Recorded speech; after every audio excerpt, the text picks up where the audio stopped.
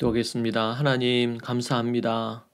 주님 나심을 기념하고 기억하며 이 시즌을 보냅니다. 우리를 위해 이 땅에 오시고 우리의 구원을 위하여 독생자 아낌없이 보내신 하나님 아버지께 감사와 찬양을 올려드립니다. 이 시간 또 주의 말씀으로 이 하루를 시작합니다. 우리에게 주님 오신 그 의미를 깊이 새기게 하여 주옵소서. 예수님 이름으로 기도합니다. 아멘.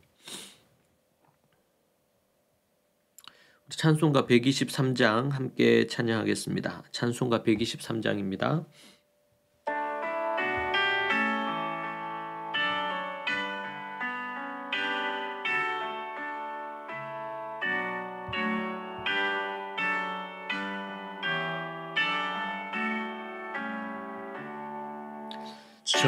저들 밖에 한밤중에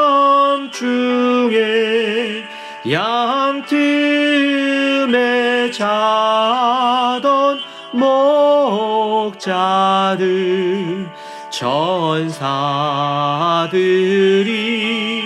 전하여 준 주나신 소식 들었네.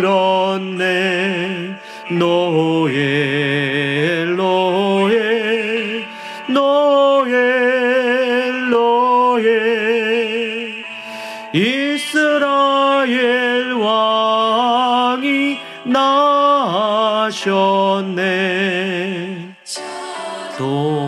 동방에 별 하나가 이상한 빛을 비추어 이 땅 위에 큰 영광이 나타날 징조 보였네. 노엘 노엘 노엘 노엘 이스라엘 왕이 나셨네.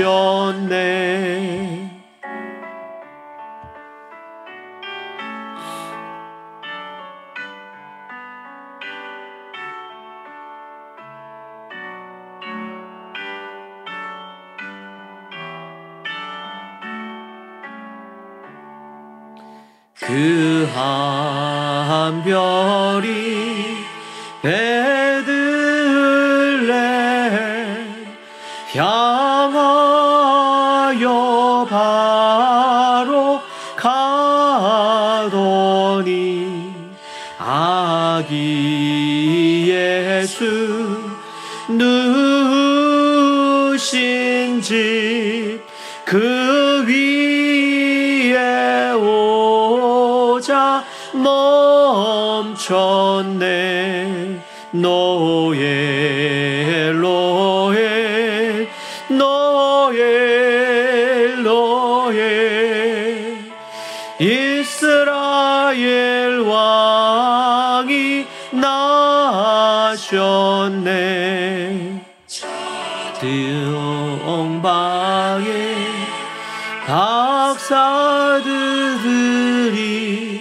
새 아기 보고 절하고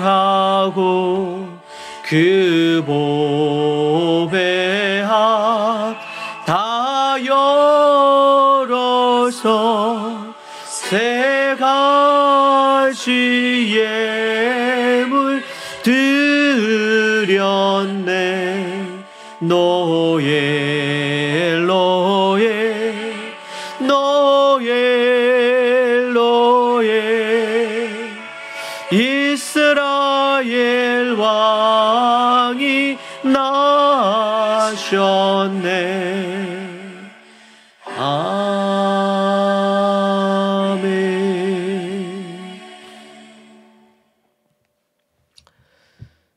하나님의 말씀 함께 봅니다. 마태복음 2장 1절에서 12절입니다. 마태복음 2장 1절에서 12절 말씀 함께 보겠습니다.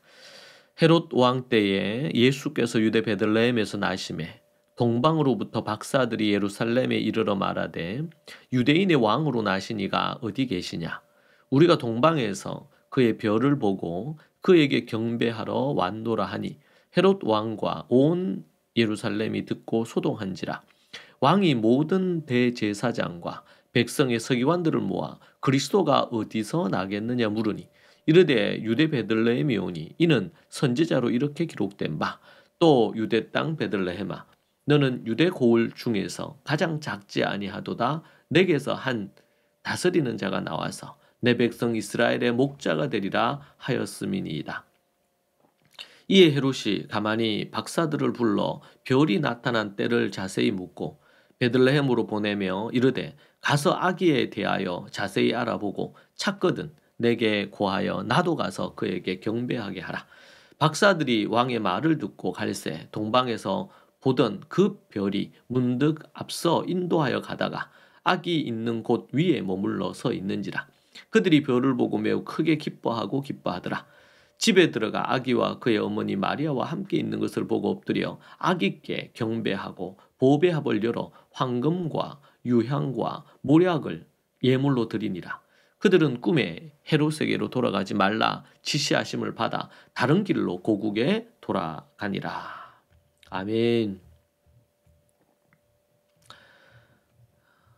예수님은 헤롯 왕이 유대를 다스리던 시절에 베들레헴에서 나셨습니다. 그때 동방에서의 박사들이 유대인의 왕을 경배하기 위하여 예루살렘에 왔습니다. 그들은 별이 인도하는 대로 예루살렘까지 온 것입니다. 그들은 천체 물리학자였던 것으로 압니다. 별은 왕의 별이었기에 그들은 헤롯 왕에게까지 와서 새로 태어난 아기에게 경배하러 왔다고 소식을 전합니다. 이 일로 헤롯 왕과 온 예루살렘에 소동이 일어납니다. 헤롯은 모든 대제사장과 서기관들을 불러 그리스도가 어디서 태어나는지를 고하라고 명령합니다. 그래서 그들은 성경의 예언대로 유대 베들레헴일 것이라고 알려줍니다. 헤롯은 박사들을 베들레헴으로 보내면서 자기도 경배하고자 하니 아기를 찾으면 꼭 알려달라고 당부합니다. 동방 박사들이 헤롯의 궁을 나서자 별이 다시 나타나 그들을 예수님께로 인도합니다. 그들은 예수님께서 계시는 집에 들어가 엎드려 경배한 후에 황금과 유향과 모략을 예물로 드립니다. 그 당대에 가장 귀한 물품들이지요. 마태복음에서는 동방박사 이야기를 가장 먼저 기록하고 있는데 이들은 유대인이 아닌 이방인이었습니다. 동방에서 그의 별을이라고 하여 예루살렘의 별이 그들을 이끌고 왔음을 우리는 알 수 있습니다. 그들은 기이한 별을 쫓아 먼 길을 왔고 예루살렘의 제사장, 서기관, 왕이 아닌 동방 박사들이 아기 예수님의 탄생을 준비합니다. 동방 박사뿐 아니라 들판에 양을 치던 목자들도 주의 탄생을 경배하며 찬양을 합니다. 그러나 헤롯은 도리어 아기 예수님을 죽이려고 합니다. 이에 유대의 모든 대제사장과 서기관들도 동조를 합니다. 저들이 성경을 연구하는 연구자들이라면 정확하게 유대 베들레헴에서 메시아가 나신다는 것을 알았다는 것을 우리는 오늘 본문을 통해 확인할 수 있습니다. 왜냐하면 헤롯에게 알려주었기 때문입니다. 그런 그들이 하나님이 보내신 메시아를 죽이는 헤롯 왕에게 협조해서 그 일을 하는 것입니다. 주야로 말씀을 연구하며 누구보다 메시아를 대망했던 이들이 그 메시아가 오신다는 그 얘기를 이방인들에게 듣고 그 메시아를 죽이려고 하는 헤롯 왕의 살인 계획에 가담해서 결국 이들이 나중에 33년 후 예수 그리스도를 십자가에 못 박는 일에 주동자들이 되는 것입니다. 마태복음 2장은 예수님의 탄생과 관련된 구약의 말씀을 나열하고 있습니다. 유대 베들레헴에 나실 것, 애굽으로 내려가실 것, 2살 아래의 아기들을 학살하는 것, 그래서 나사렛 사람이 되는 것, 이 내용들이 쭉 이어지고 있습니다. 마태복음은 예수님의 탄생과 관련된 예언 그대로 성취되었음을 강조합니다. 예수님의 탄생이 역사적 사실이라면 십자가의 죽음과 부활도 사실입니다. 또한 그분이 다시 오시겠다고 약속하신 재림 또한 역사적인 사실입니다. 초림 때에 가장 예수님의 메시아의 초림을 예수님의 메시아의 오심을 기다리고 대망했던 유대인들, 대제사장, 서기관들, 정확히 어디에 오시는지를 알고 있었던 유대인들, 그러나 어디에 오시는지도 모른 채 별을 따라왔던 이방인들, 너무나 대조되지 않습니까? 예수님이 재림하실 때에도 이러지 않으란 법이 없을 것입니다. 예수님의 재림을 가장 갈망했던 이들이 예수님의 재림을 왜곡되게 이해할 수도 있을 것입니다. 우리는 초림의 주님을 기억하고 그분이 이 땅에 오실 때 어떤 일이 일어났었는지를 알고 우리 주님의 초림의 의미를 알고 다시 오실 재림을 고대하며 살기를 원합니다. 기도하겠습니다. 하나님 감사합니다.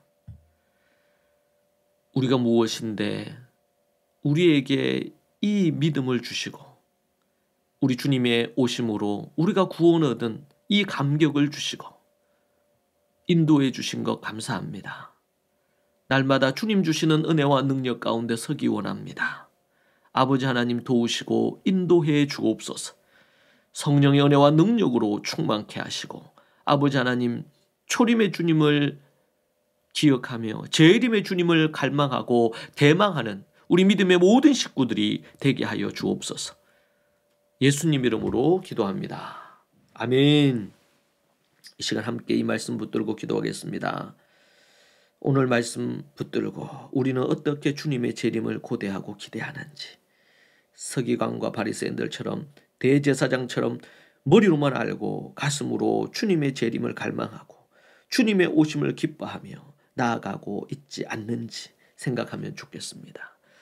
이 시간 함께 우리 같이 기도하겠습니다. 주여 주여 주여. 하나님 아버지 주님 붙드시고 인도하여 주옵소서. 아버지 하나님 역사하여 주시옵소서. 주여 주여. 하나님 아버지 대제사장과 서기관과 아버지 하나님 그들과 같은 자들이 되지 않기 원합니다. 아니 주님 그런 모습이 아니었나. 재림과 관련하여 무관심하고 깨어있지 못하며 주님의 초림을 알리고 재림을 소망하며 절하지 않은 죄를 용서하옵소서. 오 하나님 아버지 주님 붙들어 주시고 인도하여 주시옵소서.